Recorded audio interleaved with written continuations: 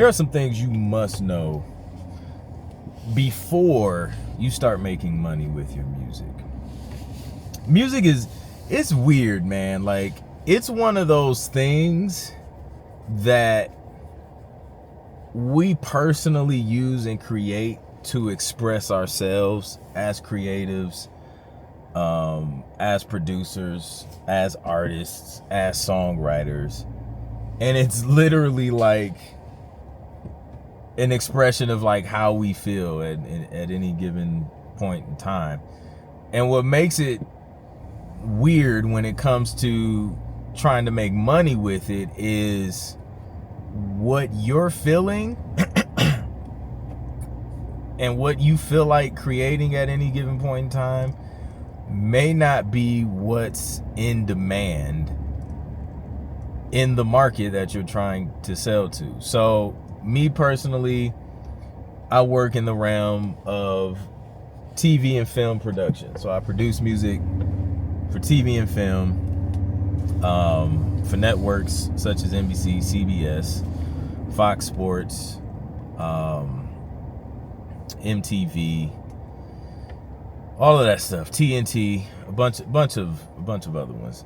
So in my world, I could create whatever I feel like it just because I feel like, oh, this feels great, this is how I feel at the moment. But if there's no demand for it in regards to the TV shows that are being produced, the commercials that are being produced, the movies that are being produced, if there's no demand for it, I'm not gonna make money, like, just flat out. It's not gonna get pitched. It probably won't even get accepted by a publisher, let alone get placed by a TV show or network or whatever. It's just not gonna happen, because if they don't need it, they're not gonna pay for it. They only want what they need. They want what they want. So when you make a decision that you want to make money with your music, you want to use this as a stream of income, you have to make a decision on whether or not you're okay with putting yourself, your desires, your feelings, what you think is dope to the side at times to be able to serve others in a market that has a demand for something that's not what you may want to do at any given time. And that's hard for some producers. It's hard for some musicians, songwriters, whatever you are.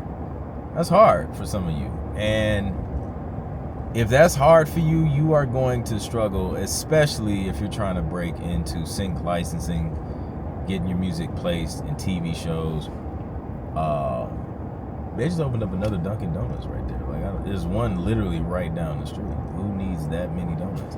But you're going to struggle because everything revolves around what the client needs in this space. So you must know that in order to make money with your music, you have to serve others according to their needs, not your wants, not what you think is dope or what you think is hot right now, not what you feel like making. If you want to make money with it, you have to solve a problem for someone else. So that's number one. Second thing is you have to know that it's a long-term play, specifically sync licensing. It doesn't happen overnight, and it's one of those things where you put up a lot of upfront work before you even know if it's working for real. But if you don't put up the upfront work, you won't ever find out if it's working or not. Like, it takes anywhere from like 6 to 9 months to see royalties from a TV placement, right? So say if I start this journey today, I go through the steps, I follow the Sync Producer Quick Start Guide, which is all the steps I outlined. I created a whole guide I pretty much documented everything I did to get to my first TV placement. You can download it for free if you want to check it out. Follow the same steps. The link will be in the description, and I'll pin the comment. But say I start today. I go through all these steps. I do all the things. I get a deal with the publisher. I do the music. They sign the music.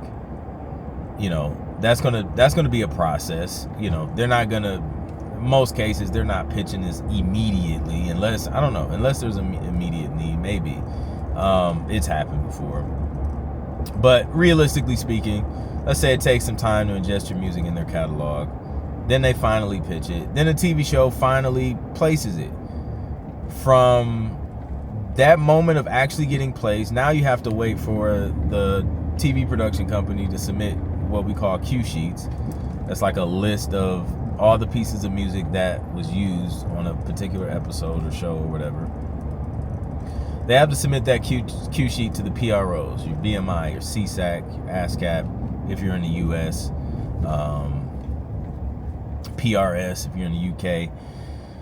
They got to submit that. So by the time they actually submit that and the PROs get it, it could take like another 6 to 9 months once they receive those to actually pay them out. So just on the royalty side, you're looking at, a solid year before you figure out if you got a placement, unless the publisher is nice enough and not as busy enough to like let you know, hey, we got a placement. Or like, some publishers are good with like letting you know. Most are not. So your first time of probably knowing you got a placement is going to come from 2 different places. It could either come from the publisher directly, or you can use a tool that I like to use. It's free. It's called tunesat.com. TUNESAT.com. I use that to see what's working, what's not. That's the quickest way you're probably going to find out if you got a placement. But that still doesn't mean you're going to get paid when you find out. So it could take a while, and then it could take even longer, because that's just one track. You need several tracks out there working for you to accumulate a significant amount of money, because a single placement can range anywhere from a few cents to several $100s, depending on how long it was used, the network, a bunch of different factors. So it can be a while. So it's a long game. You have to know that before getting into it. Otherwise, you'll hop in. You're like, it's taking too long. Don't know if it's working. Get discouraged. You quit. And then, you'll be one of the ones that says, sync licensing never worked out for me. It didn't work. Not that it didn't work. You didn't work it long enough. So be willing to put in some time and some effort to actually see it work. That could be a year, 2 years before you actually see some traction and know, okay, I'm headed in the right direction. I'm going to keep going. So those are like 2 main things that you just have to keep in mind. The other thing is that you have to learn how to, again, if you want to make consistent money from music, you have to put in consistent effort. That means, contrary to whoever's belief, that you only create when you feel inspired, or when the vibe is right. Like I've been in so many sessions where like I'll literally sit there and watch like somebody not be able to create because they're like trying to get this vibe, or wait for, I don't know. It's just like, you have to train yourself to be disciplined, to be able to sit down and create on demand. Otherwise, you are at the mercy of your inspiration, your vibe, to be able to generate income from your music. So if you want consistent income from your music, you're going to have to create enough discipline to create consistent output. Or I'll put it like this way. Let's call it consistent input. Because your input is going to be the work that you put in, creating the music, pitching the music, exploiting it and getting it in places that generates income. and the output is the placements, the income. Let's just ultimately call it the income. So what you put in is what you put out. So if you're putting in inconsistent effort, inconsistent work, then your money's going to be inconsistent. So just keep that in mind. Like, your income is just a byproduct. Is in correlation with the input and income. If your input is weak, your income's going to be weak. This is how it works. So those are some things you need to know, before you start trying to make money with your music. And just have in mind, like, you're working in a market that has a need. You have to fulfill that need. That means you have to put, whatever you want to do aside.